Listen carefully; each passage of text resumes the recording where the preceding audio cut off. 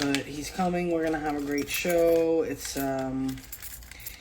He's just amazing. He's got a great story. You guys are gonna really want to listen to it. It's just unbelievable, and what a lot of the things that he's been through and has survived as well. So I'm gonna let him tell you though, and I'm gonna let him share it with you because it's amazing, and I think it's better when they share their stories. I don't like to ask too many questions. I ask a couple, and then I'm gonna let him share everything with you. So there he is. Let me grab him.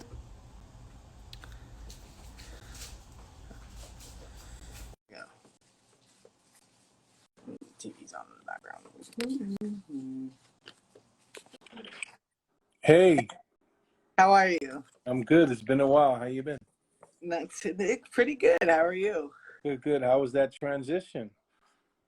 It was interesting, yeah. Like my time, I have like California brain now. So like I just realized I was like, let me see if he forgot because some people do, and I'm like, oh my god, she put 7 instead of 7:30, and then I'm like, oh my gosh.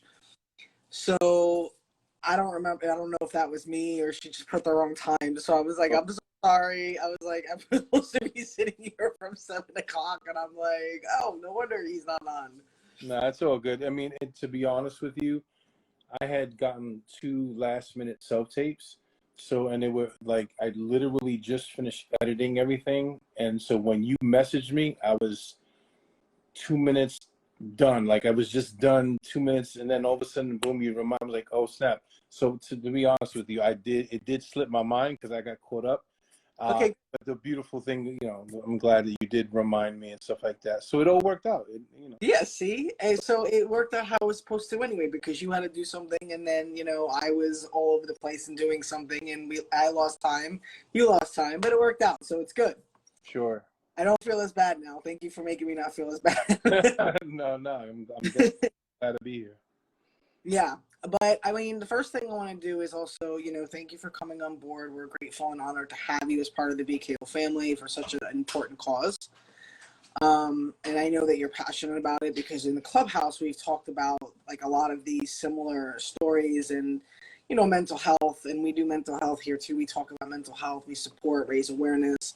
And I know you have a pretty incredible story because I've heard a lot of it. So I want you to, I want you to share with everybody because we save these and then we upload them to the YouTube channel as well because sometimes people are all over, they're all over and they can't watch it at the times. They're all over the country. So, but your story is incredible and it's always touching me every time I listen to you talk. So I kind of want to give you the floor to like share your story about bullying. Like I said, I know you've had a lot of things going on, mental health and your career and just everything has intertwined. So why don't we start there? For sure. Well, first and foremost, welcome everyone who's watching. And it is my honor, actually, to be a part of this organization. I definitely believe in it strongly. It's something that's near and dear to my heart. But it's funny because I've experienced it on both sides, and I'll get into that in a second. I was born and raised in Brooklyn, New York City. And just grew up in a community where either you stood up for yourself or you were a victim.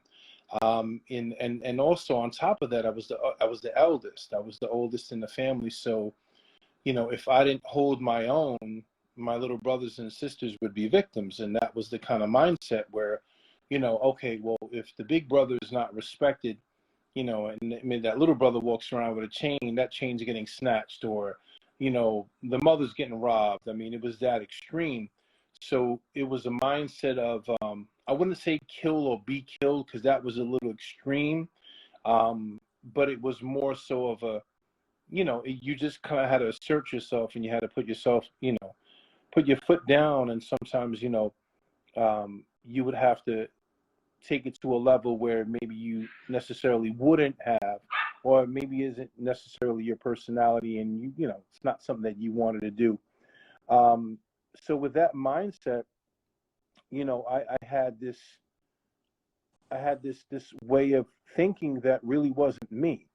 It really was just, this, let me let them know that I'm not one to play with. because at the end of the day, like I said, I just didn't want to be a victim to anyone. So, you know, growing up, I'm Puerto Rican, Latinx, if you will, and you know, look completely Italian, but love the Italian culture. I lived in an area, both, just love the Italian culture. Um, I lived literally 5 minutes away from an area called Bensonhurst, Brooklyn, which is very, for those who are familiar with Brooklyn or just the mob. Like if you ever like Google or, you know, Bensonhurst was like the hub of a lot of mafia families and the Gambinos and whatnot. I mean, you walk through avenues like 18th Avenue, even the feast that they would have every year was just filled with mobsters. So I grew up also, you know, the Spanish kid that looked Italian. My name is Angelo. My uncle, you know, hung out with all the Italians. So I had this mixture of lifestyles where I grew up in a Spanish household. We're all eating rice and beans and dancing salsa, and then at the same time, you know, I also had an uncle who hung out with all, you know, the made men, the mafia guys, and I would sit and eat, you know, Sunday gravy with them and just, you know, and eat with these individuals who were the most feared people in the world, but they were the most nicest, caring, loving individuals that you'd ever meet. So I share all that to say that I've grown up with so many different dynamics, you know, with being the biggest in the household and you know, the big brother, having a father who had mental health issues, and with him not really being present, I was forced to be in a position where I had to step up to the plate. And so I had all these different mindsets where, you know, hanging out with the Italian culture, you know, it was one of those, hey man, you know, don't let anyone disrespect you. And you step up to the plate and family first kind of thing. Whereas in a Latino family, you know, it's weird because, you know, some people would think that Latino families necessarily are really close, but they're not. In many cases, and again, I can't speak for everyone, but I could speak for those that I've been familiar with, where you know, a lot of people were just all for themselves. Where when I was in the Italian culture or hanging out with them, family was everything. Like everyone got together and they'd drive up and go to grandma's house and they'd all eat dinner at every Sunday. Whereas in a Puerto Rican household, 9 out of 10 times, one, you know, you got someone eating in the living room, someone's eating dinner in their bedroom, and everyone's all over the place. One's in the, you know, in the balcony or whatever the case is. So not to say I didn't experience love, but I never knew what true family was until I was. And again, this is not to say that I'm ashamed to be Latinx. I'm just saying, for me and my experiences and what I've seen, I never knew what true family was about until, you know, I was embraced by the Italian culture and friends of mine. So you know, with all that being said, you know, um, I was always the big guy in class. You know, I was always, you know, whether I was chubbier or whether I was taller, I was always the tallest, always the biggest in the class. But I never wanted to be the bully, right? It was more so just me just wanting to be accepted, but I was just the oddball. Like I was the guy that just, you know, either people were really intimidated because I was just the big guy, and so, or just felt like it was cool to make fun of, you know what I mean? And Yeah. give me 1 second, because for some reason, Yeah, no problem. the reason why the TV on, guys? Okay, it just came on. It's possessed. All right, sorry about that. So I just had this unfortunate experience where I was being made fun of, you know, where you would get some kids who, you know, it would be a prize to beat up a guy like me. You know, I'd get bullied even. You know, I was getting bullied, and I was the big guy, but I was the prize. Like, oh, you knocked this guy out. You know what I mean? Everyone's scared of you in the school because I was like the biggest guy in school. So when I started to get made fun of and picked on, I used to have classrooms, will follow me after school and just want to beat me up. And this is in public school. And so I grew up and said, I got a little older, maybe the next grade, I said, you know what? I'm not having this. So then I became the bully. So then I started to bully people and say, you know what? I'm not having that. I'm gonna start. So then I started to realize that I became exactly what I didn't want to become. And I would just let people know, like, you know what, I'm gonna bully them before they even attempt. And so there were many people that didn't do anything to warrant me bullying them or treating them that way. It was just me trying to beat someone to the punch. You know what I mean? And it's like in jail. Like, if anyone has ever been to jail, the mindset has been, let them know that I'm not one to play with first. Otherwise, they may just take me for a sucker. So some people will go in there and they'll be like, come on, man, what? Who wants problems with me? And they'll come in with this real aggressive mindset because they really want to assert themselves and make themselves feel as if, hey, I'm not one to play with. But in all actuality, they really don't want problems. They really don't want to go in there and really have any issues. So I share all that to say is that I remember becoming that bully, not so much because I wanted to pick on people. And that's why I say, like, bullying, there's so many facets to bullying where people really need to look at it from different angles, because not everyone bullies to bully because they just want to feel like they have power over you. There are people who bully because they've been bullied, and so now they're like, hey, this was me, hey, I just wanted to be, the chubby kid that, yeah, okay, I was taller and chubbier, but I just wanted to laugh. I just wanted to giggle with people. I just wanted to have fun. But for some reason, I was never embraced for who I was or what I looked like.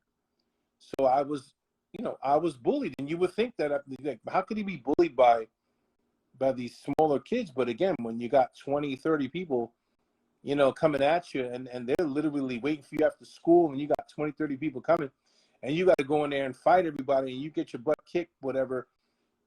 So this is where I was scarred.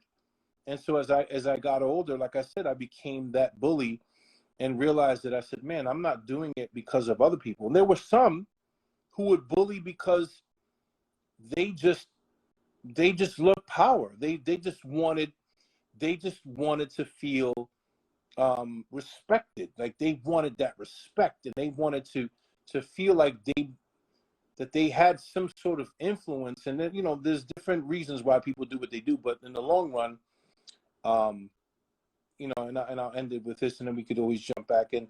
I think for me, bullying, there's many reasons why people do what they do, and it's not always, for all the wrong reasons. Sometimes people are scarred, and I think it's important to explore that end of things and say, okay, you know what made that person do what they do? Because again, we could chalk it up and be like, you know what, I don't care, they're bullies, and that's it, right? We could do that, and I mean, who am I to tell someone not to feel that way? We all have the right, especially when it's when you were the victim, or your children are the victim, or someone you love are victims. And sometimes that bullying maybe went a little too far.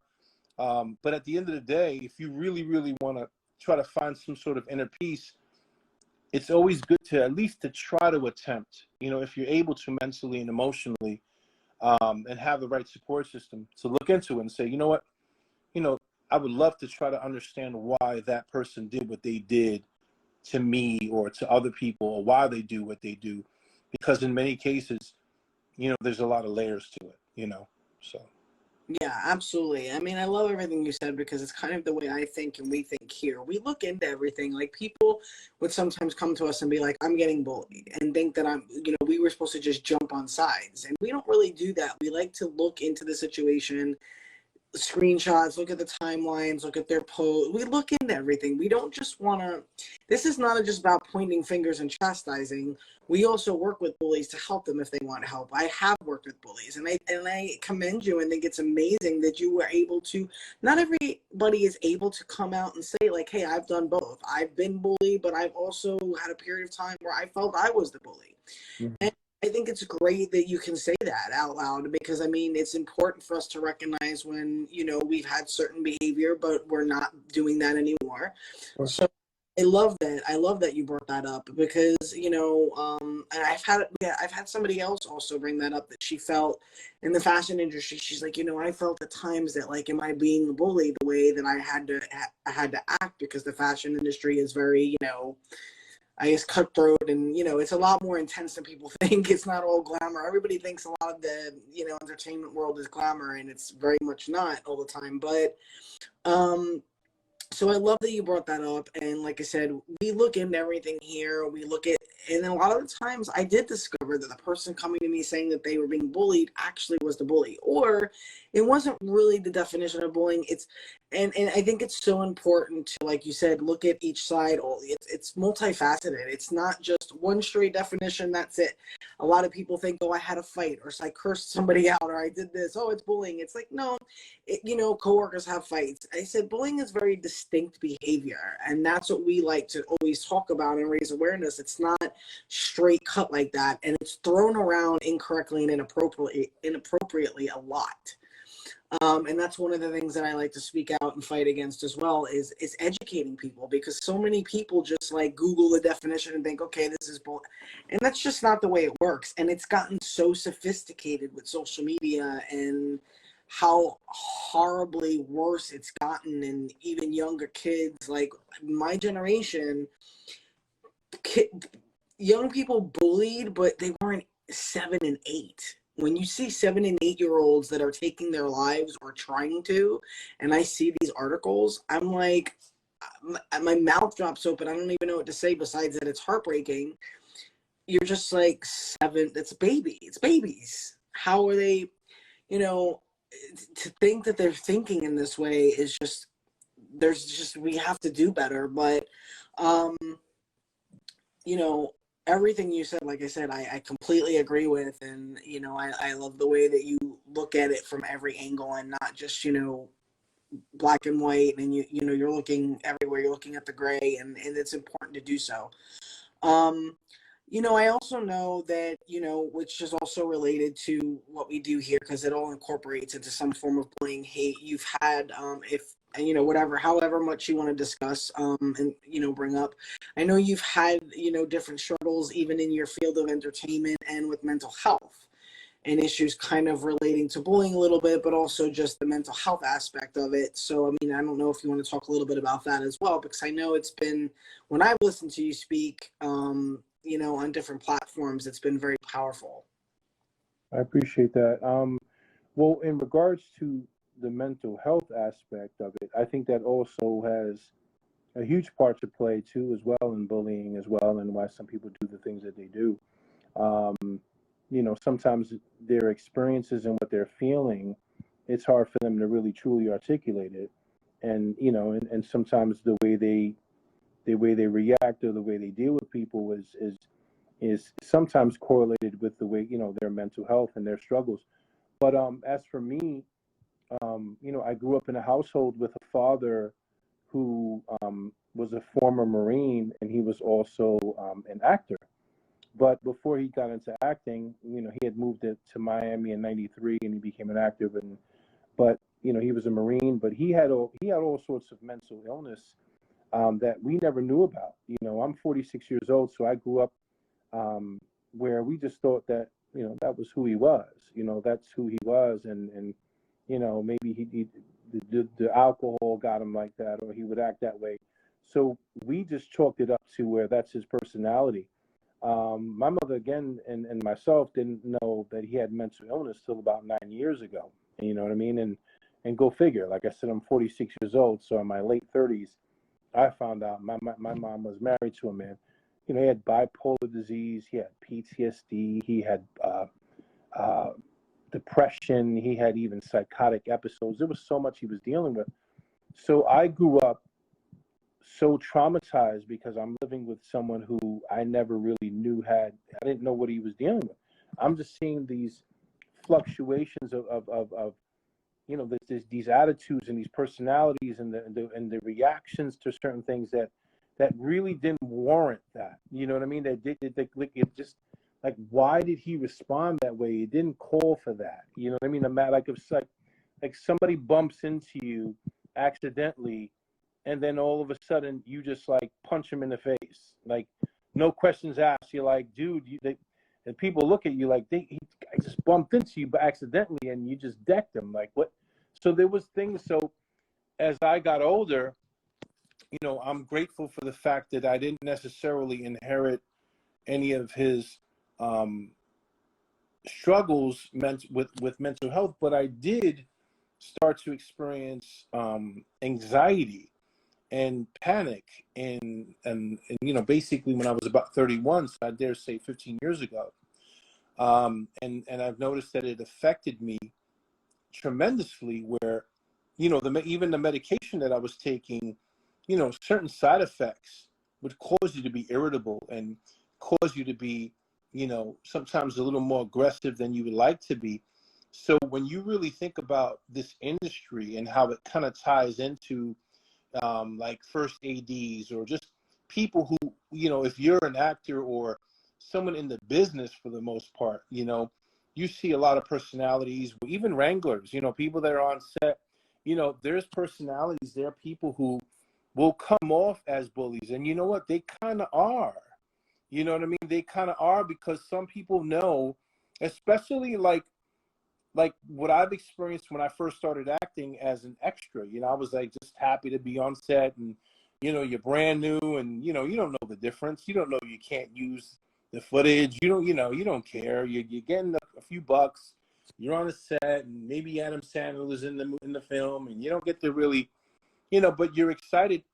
But the way you're treated in many cases was just so insensitive, and it was like it really felt like you were being bullied by this person, because they treated you like you were garbage, and they talked to you like you were garbage, and it felt wrong. I remember being on a set of Creed 2, and this was when I first started acting, and these wranglers really talked to you like you were garbage. And like I remember one time breaking down with a full-blown panic attack, because I just felt like, why are they treating me like garbage? And then like all the union actors were, the SAG actors or whatever, they were treated like gold, and they were eating lobster and all this other stuff. And we're getting bag lunches, with bologna and cheese and water. And so that was my first experience in being bullied, because again, you have these individuals who have power, right? So their power only lies within the extras. So, but then they're being bullied by their higher ups, right? So it's this chain of command where now, because I am being treated this way or talked to this way, now I'm taking this out on you. So this is where I'm saying where the domino effect with bullying doesn't necessarily have to be a physical, it could be a mental thing. And so what happens is with acting, again, it gets really aggressive. Like for instance, with the Rust and that unfortunate situation where that cinematographer, may she rest in peace, that passed away. The first AD had a very bad reputation. Besides the fact of him just the practices were the things that he did were unprofessional. He was just known to be a prick. Excuse my language. He was just known to be a guy that really made people feel horrible, and people would call him a bully. So there are people who have authority or power. It could be your boss. It could be a lot of different people who will technically bully you. You will feel like you're being bullied because of their power and their authority. I know a guy that was 5'1" all of his life, and he was always picked on. He decided to become an officer, right? I don't know how, because I always thought there was like a height requirement, but somehow, some way, he became a police officer, and he started to just beat people up. He would beat people up, and he was just a very aggressive bully. And because, and I remember one day I saw him, and he said to me, he goes, I became an officer because of you. And I'm like, wow. I go, what do you mean? He goes, because I remember you always used to pick on me and call me short and call me this and call me that. And I'm like, yeah, but you used to call me fat, man, and this and the marshmallow man, and you used to make fun of me. So, it was kind of like a very hypocritical thing. But he goes, no, it wasn't just you. Other people would beat me up and hit me because I was short. But again, so what he did was he became a cop, and he in turn started bullying everyone else because he was a victim. And I think that to me, it really is like a domino effect, and it's unfortunate. But I mean, there's bullying in every aspect of life that we live in. Again, look at your job. If you're working in at a facility or somewhere, and your boss or assistant manager is treating you differently, and you just know that they're using their power against you, that can affect you. So again, with mental health, there's also that element that comes into play. And I think for me, I've noticed that a lot of those individuals who did bully, or treated certain people the way, were battling with low self-esteem. In many cases, depression was there. So you have these individuals who are battling with low self-esteem, depression. They're taking medications that trigger, the side effects are anger, or Yeah. different things that would cause someone to treat people, irritability. So there's a lot of things. I mean, I can go on for days with this. So Yeah, no, I absolutely agree, because I know a lot of people that were on medication, or I used to be when I was younger, because I was diagnosed with panic and anxiety disorder really bad, and I had depression. I also have criteria PTSD and somatic disorder, which is like, trauma from, health things, from almost dying like 3 or 4 times. So it's like, yeah, of course I have somatic disorder, but and it's like a difference from like hypochondria. A lot of people used to joke and be like, "Oh, you're hypochondriac." I'm like, no, every time I went, there was something wrong. I said, there's a difference.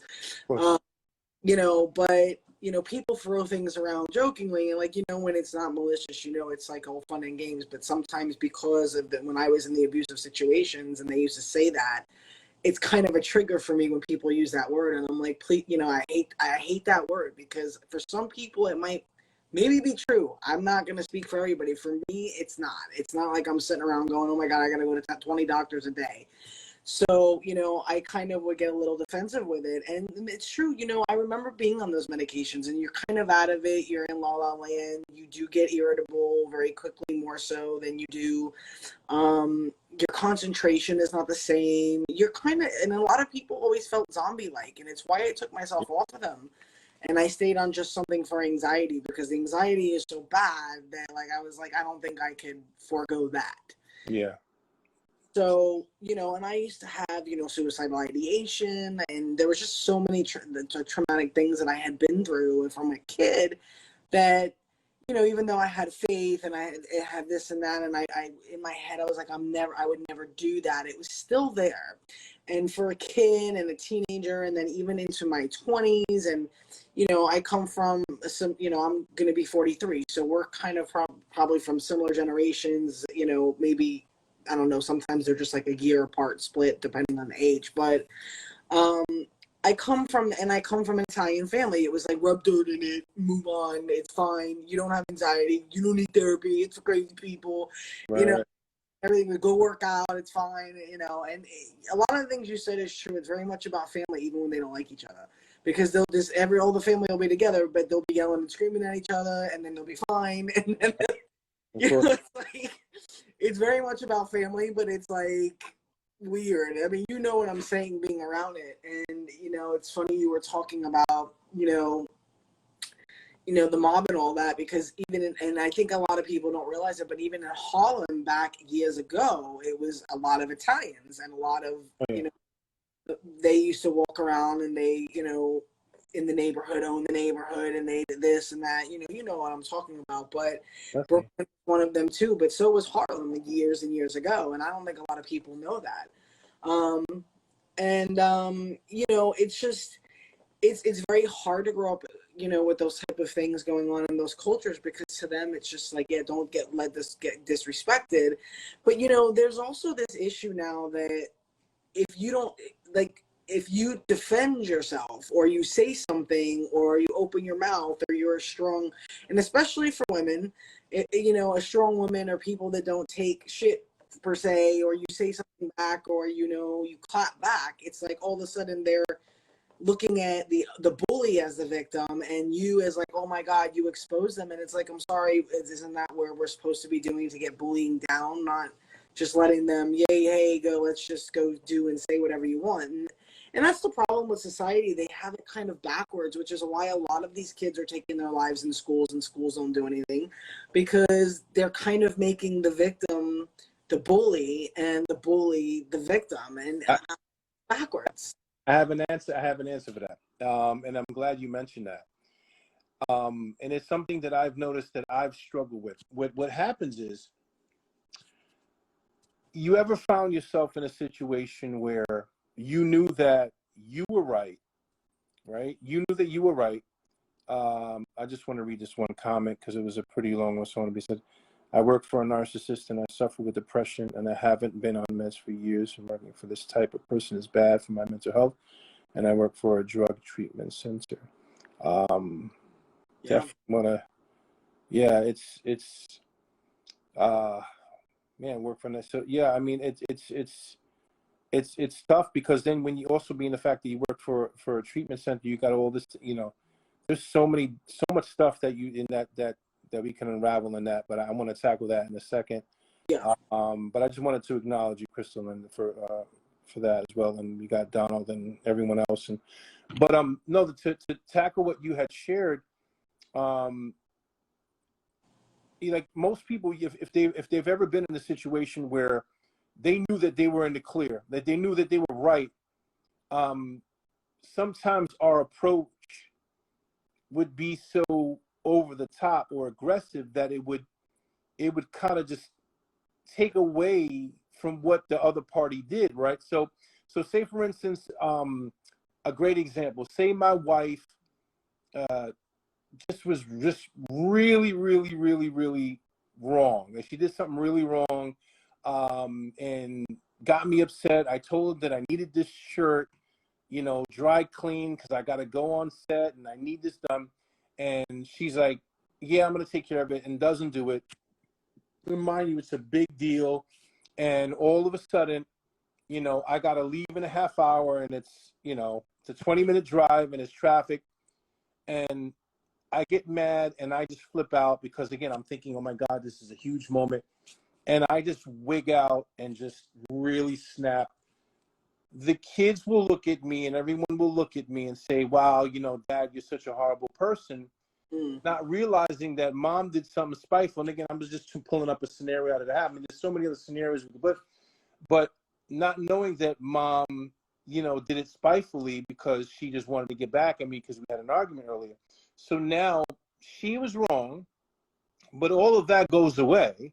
Yeah. Because I just didn't say what I was supposed to say in the most appropriate way. So a lot of times, I think what just to kind of touch on what you were saying, in many cases, the way the roles get reversed is the way we approach it. And it doesn't mean that we're wrong in how we feel.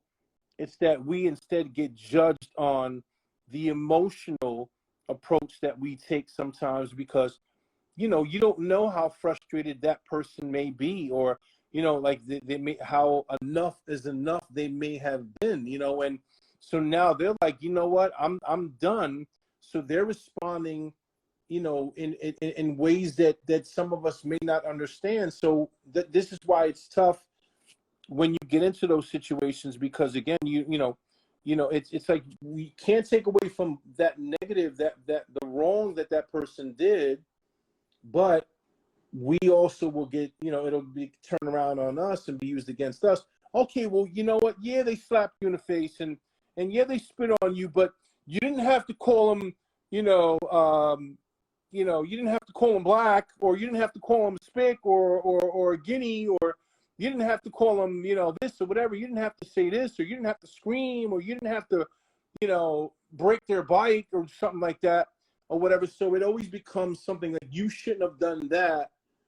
but yet what about what that person did too? So I think that that's the tough part, and I found myself to be in that a lot as a dad, you know, and also having kids, where no matter what, even if the kids were wrong, like for instance, I'll use the children for example, they'll do something wrong, and I done told them 20 trillion times, don't do this, you can't touch that, that's dad's, don't drink my, you know, papaya juice, you know what I mean? And they just, you know, yeah, dad, no problem. And then, you know, I wake up 1 in the morning and I'm like, man, I'm in the mood for some papaya, and it's gone.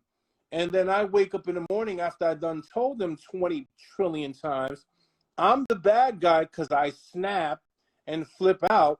But hold on, didn't I tell you 20 times, like for the past 6 months, leave my damn papaya juice alone? But I'm the bad guy. So again, in essence, I can be the bad guy because the approach may not necessarily be the most sensitive approach. Now, don't get me wrong, what they may have done was wrong and it was disrespectful and they should have respected dad and his stuff. But sometimes out of frustration, we also have to acknowledge that sometimes we could be over the top, and we could be over the top, and we have to own it. That's why I think regardless of wherever situation you know you're in, growth comes when you can also say, okay, well, you know, I may be a victim in this particular situation, but I'm also victimizing them. And sometimes, like I said, it's a back and forth. Sometimes because of your frustrations and all the years of hurt and pain, we could be doing exactly what we're fighting against. You know what I mean? And we kind of defeat the purpose, and that's kind of whole. That's a whole nother story. Yeah. No, I totally agree with that. I think there's a line, but I think we should be allowed to stand up, speak out, and defend ourselves. But like you said, there's a line. And, you know, because like, you know, my nieces gave a very good description. They're young little girls, and they gave a very good, you know, idea. They were saying, like, you know, we all have, like, you know, it's like a boiling pot of water. And then sometimes it just boils so much, and then it boils over. And that's kind of like people, you know, there's a limit we all have to where we kind of snap. And it's like, sometimes you ignore, you block. But these bullies, like I said, it's this sophisticated hatred, telling people to kill themselves, just harassment, stalking, doxing. It has gotten so bad to the point that people are like, I don't want to sit here silent anymore. I don't want to just let people walk over me, disrespect me, do these horrible things without opening my mouth. And I said, you know, it's fine. We talk about standing up and speaking out. But yes, there's always a line that I think we have to be careful that we're not crossing, saying, okay, well, that went too far. But, you know, there should, you know, and I'm going to say this, you know, there's got to be forgiveness on that, because like I said, when bullying attacks you mentally, it's like abuse. It's really no different than domestic abuse, like that. It's mental. It's not physical. I've always said, you know, having experience in that arena, that it's like sometimes, I don't know, I'd rather be punched in the face 20 times than have some of the horrible mental things and verbal things said to you, to where it just destroys you mentally, mental health wise, and emotionally. That could be just as damaging as a cut, you know, or a bruise.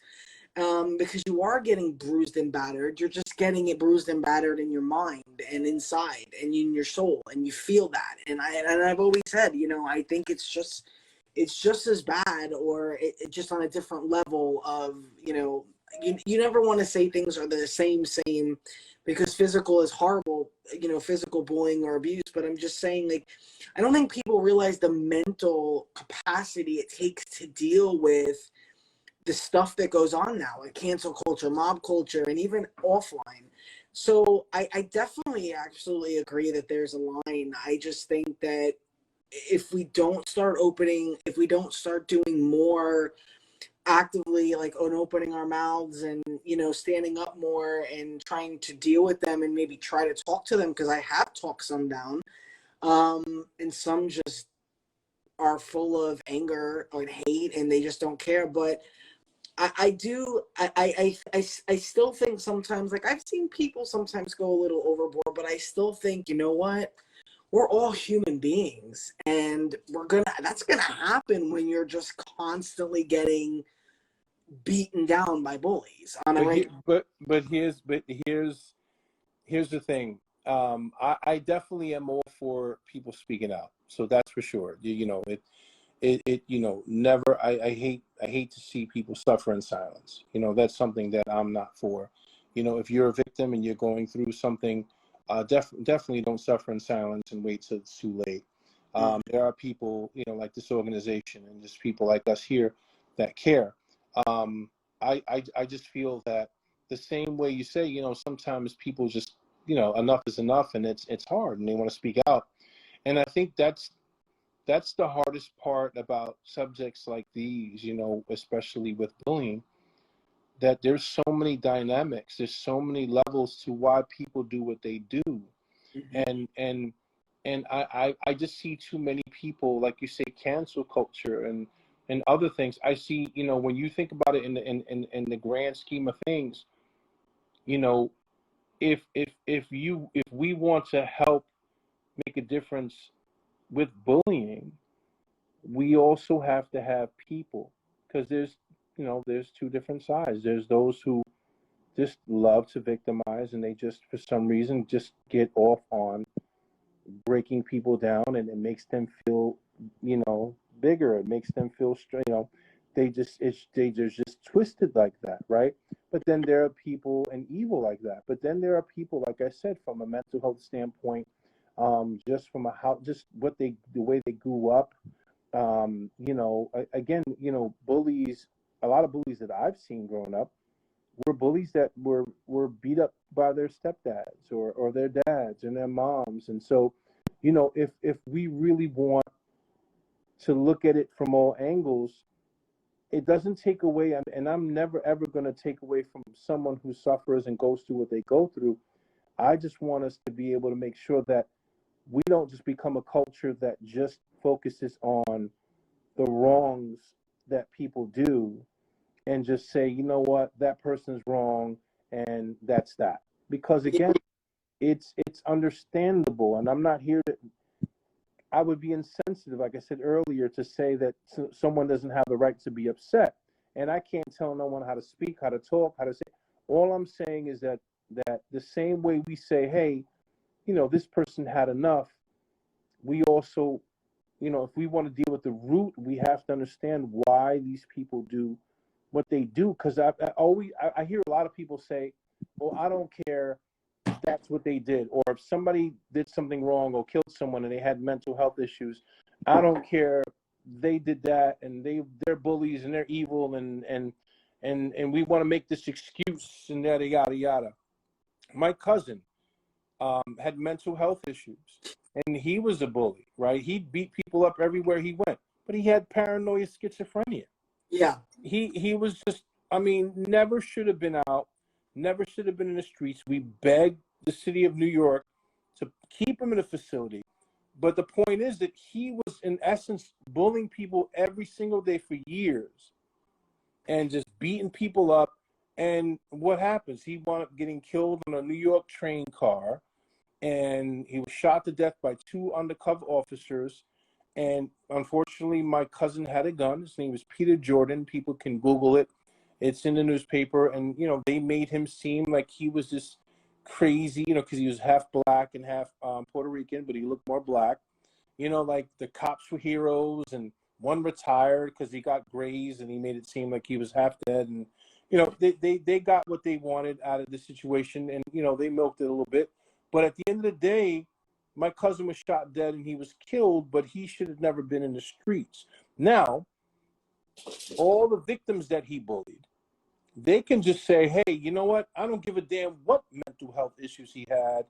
He bullied me. He beat me up. He broke my leg. He did this. And then we have those who will say, you know what? I don't care what that person was dealing with. I'm just thinking about how I'm suffering. And that's the hard part. And I guess I'm still trying to figure out a way to find that medium where like, to make sure that we think about both sides, because to help a bully is to not always be fixated on what they do. It's to also, like I said, get to the root. Because again, when I think of my cousin, personal experiences, he wasn't a bully. He just had severe mental illness, and he beat people up because he was scared to have anyone near him. So if you walked by him, again, if you research paranoia schizophrenia, Oh yeah. I mean, just even if you take 2 minutes out of your time, for anyone who doesn't know about it, I know you do, but for those who may not know about it, you think that every single person out there in this is out to get you. So he could just be walking down a block, and if he feels just slightly, just a little, that somebody's out to hurt him or whatever, he'll turn around and beat you up. And he was, again, 6'3", 280 pounds, boxer, former boxer. He Wow. was a monster. Yeah. So you just imagine. So again, for those who may be suffering and those who are victims, I don't want to ever make you feel that you don't have the right to speak out, or that you should feel guilty because someone else may have some issues or whatever the case is. So let me not say nothing because that person has mental health issues, or that person had a rough life. So, that's an excuse to accept, abuse. No, I'm not. Absolutely. What I'm saying is, if you're going through it, speak out, seek help, get the support. But also, if it could bring you any sort of peace, instead of you just holding on to whatever it is that you're suffering with or going through, sometimes I think that if you took the time out when you're able to, emotionally and mentally, to really dissect why a person, because some people want to know the whys. Like some parents, like, why did that person kill my child? And they want to know that why, and they may never get that why. And some people get so bullied to the point people have gotten killed, by bullies. I mean, people kind of took it too far. Yeah. Some people want to know that why.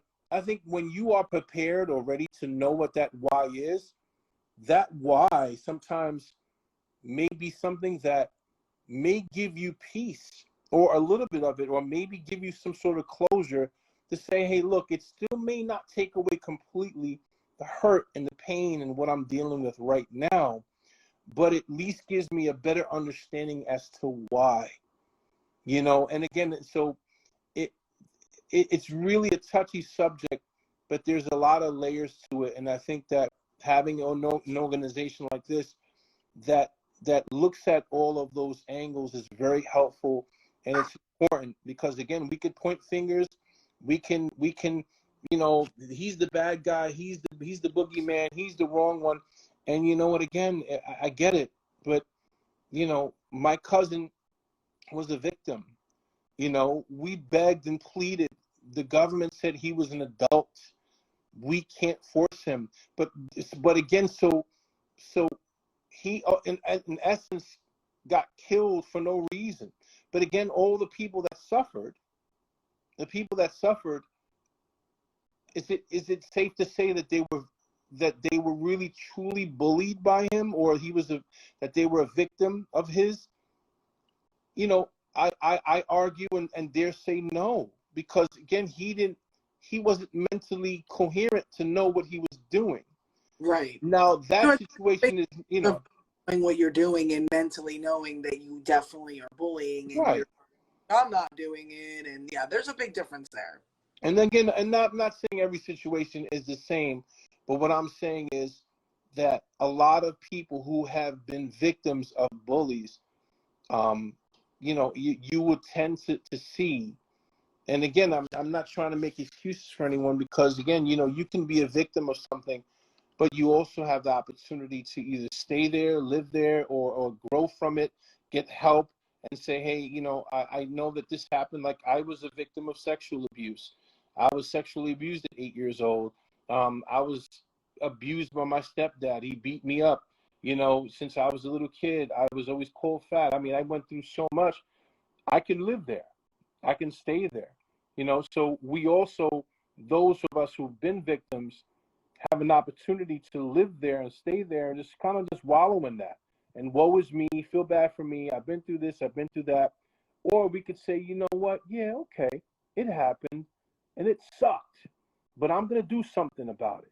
I'm going to step up and I'm going to find a way to heal from this, but learn from it, or if not, turn it around and use it and help other people who are suffering and support them and love them. Even though I'm not completely healed and the glue hasn't really dried up yet in the cracks of my life and my heart, I'm going to do what I can to lock arms with people, which is what I know you do. You know what I mean? And that's because when the little that I know of you since we've talked and we've spoken just on social media platforms, I see you as a person that, you've been through so much and you're still healing from some of the things, but you're so unselfish that you care that much for people that you will, as you're healing and as you're taking step by step to deal with what you're going through. And I'm the same way, and I think that's why we connected and we gelled so well, is that we decided to say, you know what, while we're healing, we're also going to take you along the journey, because you may be a step closer to that healing, to that place. And if you can reach out and grab me and say, hey, come on, come take this journey with me. You don't have to have arrived in any area or found true freedom in any area to help someone else. You Right. could just be a little bit further along down that road of recovery, and that in itself, is going to change someone else's life, because they could just be starting or maybe debating if they should even start or just give up. And so that to me why this organization is so instrumental, because it allows you to say, hey, we hear you, you're heard, we love you. But again, are we going to just condemn and point fingers, or are we going to try to look at it from all different angles while we support you? And I think that it's important, again, to see it from all different angles, because it's not just one dimensional. And there's different ways to be bullying, as we know. There's cyberbullying. There's all different ways now with technology. Back when I was growing up, we didn't have that. So, Yes. bullies was like, when you saw the person, they bullied you or outside. Yeah, there was no MySpace or Facebook or TikTok or Twitter or Instagram or Facebook or Clubhouse. This was just so there's so many other forms of bullying. And I think that the fact that we have, people that are willing to say, hey, I'm here for you, is important. But again, I emphasize, if you are suffering, speak about it, open up about it, because you don't have to come on a platform and open up in front of a bunch of people. You can send an email or a DM, to someone. And obviously this is a platform for you to do so, and say, hey, I need to speak to someone, or I need to share. And sometimes some people have an easier way to email, and they just want to write it all. Listen, write a novel if you have to. Get it all out, because I promise you that someone in this organization is going to read it. I can promise you that. Or somebody's going to say, you know what? We care, and whatever we can do. Now, does that mean we're going to be able to find all the answers or be able to fully heal your situation? No, because you lived your situation. You experienced it, and we may not fully understand it, but we can relate to it from our own experiences. And what we can offer is genuine love and support and encouragement and all the help and resources we have. Because at the end of the day, when you have that with no strings attached, when you have that unconditional support and love, that you cannot put a dollar amount on. And that to me shows you, and I would encourage anyone watching this that is suffering.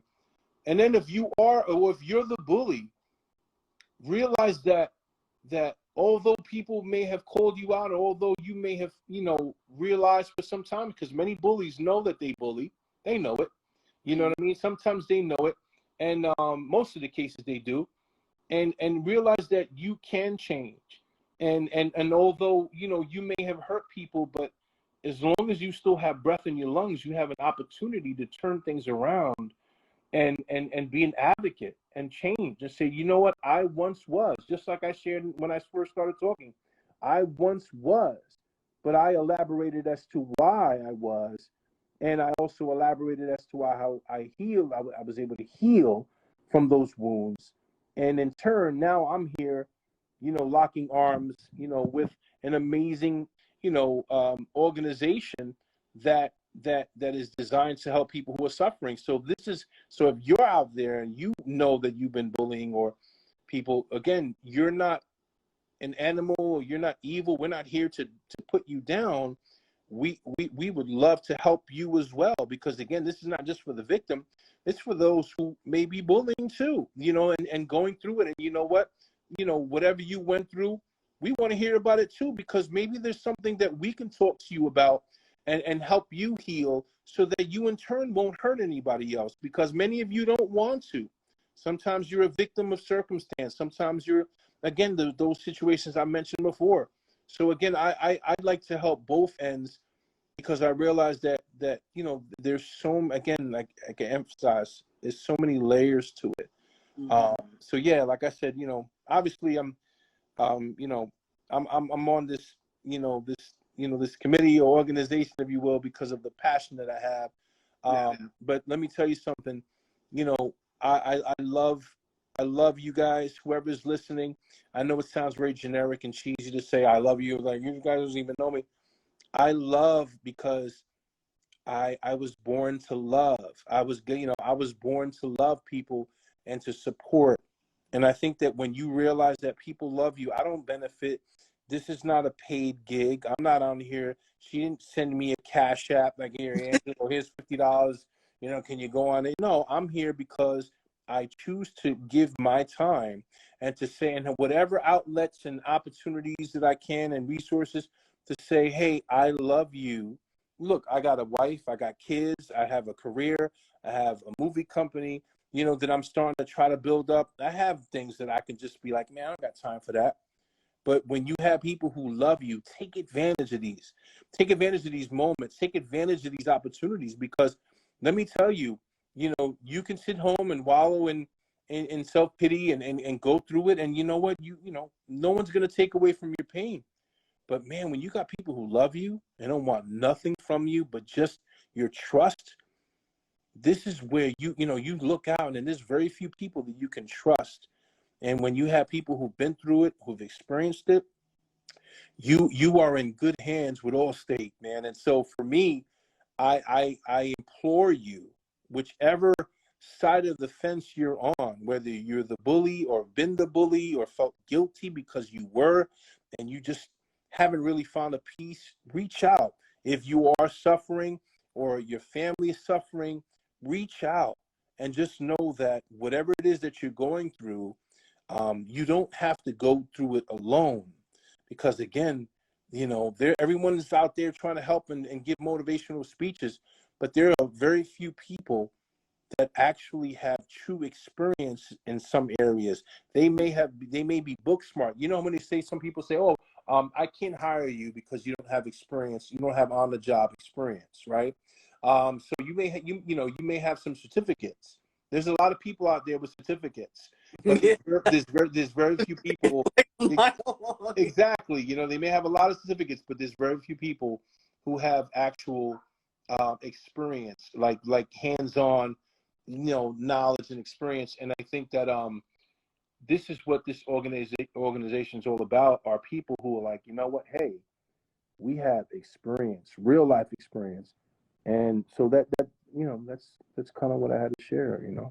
Yeah, I mean, I love everything you said, and it's gonna be like perfect to close out on, because everything you said, I mean, I couldn't have said it better myself. It's why we exist, because we're about imperfection here. We're about showing those flaws. I'm human. I made mistakes. People think because I do this, I've never gotten angry or upset. I was like, yeah, I dealt with cyberbullies really badly for a year and a half. I called them out. I fought back. Did I go crazy? No. Have we had people that have had issues with people here? because they've called out and stood back to bullies. Yes. And I said, but you know what? Even if I said to, like, oh, well, they know they went too far and they've apologized, or I knew they went too far, but I know that who they are as a person, we're human and we make mistakes. I don't write people off. And then you have those bullies that just don't stop, and and sometimes, you know, you're not going to be able to help everybody, but Right. we're both sides, like you said. That's why I love everything about you, and I figure I was like, you know, you'll fit in great here because we're about just genuine passion, really raise not just money and just saying attaching yourself to something and saying I do this, yay, you know, but really raising awareness, having conversations. We do so many different things. Like I said, you know, we'll do more. We have the podcast. You know, I'll talk to you about, you know, doing a PSA. We usually have everybody do a PSA on their own, so they're all unique and different. We have people working on different things, you know, but it's just so important to just, we try to touch on so many different arenas of hate and LGBTQ and bullying, because it all comes together, and it's all some form of bullying. And there's so many, like you said, there's so many layers, and people just don't get it. And then when, like, I've been yelled at, or people get angry because I'm like, I'm just not right out there going, well, I'm going to call 911 because, you know, you're telling me the story. It's like, you have to understand also is that we're not here in the legal capacity or psychiatrist just because I have a degree in psychology, criminal justice, and minor in child development. I do have a partner. We do have a lawyer here that is always willing. He's a very popular New York City attorney, and you probably have heard of him. He's an Italian attorney, Gerard Marone. He's was part of the Punishers. I don't know if you've ever heard of them. But they have chapters here. They have chapters in New York and stuff like that. But he's a partner of ours, and he's our lawyer and protector here as well. But he's also a partner where if people need advice or he can help them in any way or answer any questions, he's there to do it. Awesome. So he's an advocate as well. You know, and it's funny because I think I forgot who he represented. And when he started early in his career and on his live, he said, you know, early in his career, he worked in organized crime. And I think he represented Gotti's son at one point, to be honest with you. And he's an amazing guy. He's multifaceted. He's great. And we have so many beautiful people here, and humble and just really passionate about it. So I want to thank you again. And like I said, I agree with everything you said. We're very much on the same page here, and we want to help everybody if they want help, bullies and people, you know, we do mentoring, you know, for free. We offer it live, or if they want it private. We just do so many things. And, you know, I personally respond to most stuff myself. We do have like LGBT advocates and advisors, but I personally try to respond to most stuff, even though it's a lot. I try to respond to a lot of stuff myself. Because I come from a lot of trauma and background similar to yours. So yes, I not only come with, you know, a degree or certificates, but experience. So, and I think that's the most valuable and beautiful thing to come from a very personal. I like to get very personal with people. So I think that's the most effective sometimes avenue, rather than listing your degrees and your certificates, because you can have a ton of those. It doesn't mean you could do, you know, it doesn't mean everybody can do something like this, or if they want to do this or that. Not everybody, you know, we could have 8 degrees. It doesn't mean that we're passionate about it enough to do it. So, everything you said, like I said, in closing, I think that's a great way to close it. We're going to do more. I loved talking to you. Thank you so much for taking, I know you're on the East Coast and it's late, so I don't want to keep you too much more. But I will talk to you more about other things that we can do and get you involved in other things. And we will obviously do this again, and even probably the podcast as well. But again, thank you so much for being part, and thank you so much for sharing yourself, being so open and honest. I really appreciate it. Oh, thank you. Thank you. I mean, I think, you know, ever since, you know, I think we connected on Clubhouse, you know, there was just something unique about you. You know, you just had such a genuine and pure heart.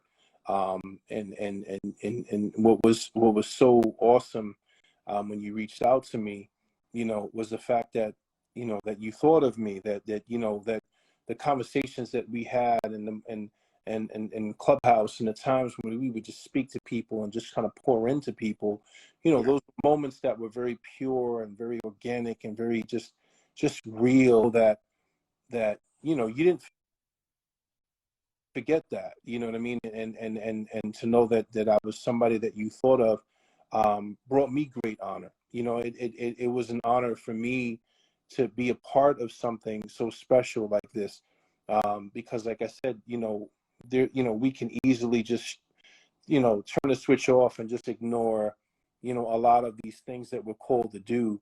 But I just know that this was part of my calling to be a part of this. So I wanted to thank you for incorporating me in this, because especially when something is so near and dear to your heart, you know, you got to be very careful and very Yeah. wise, and use discernment to who you have affiliated with you. Just like in any, you know, facet of life, you know, you got to make sure you know who you're connected with, you know, Yeah. to go bring, you know, to kind of incorporate the whole mob thing again. You co-sign someone, you better be damn sure that you know who you're co-signing, because that's a reflection on, Yeah. you know, we don't got to go into Donnie Brasco and stuff like that. But, you know, those kind of things, you need to be careful. But so for me, like I said, and I'll end with this, I am honored to be a part of it. And I look forward to the future, because I know that a lot of lives are going to be impacted. And I think that not only others, but ours as well. And that's a beautiful thing. So, Yeah. yeah. So you have a wonderful night. You Um, too. and thank you for this opportunity, and we will definitely be speaking again. Okay, great. Thank you so much, Angel. Have a good night. Have a You good weekend. take care.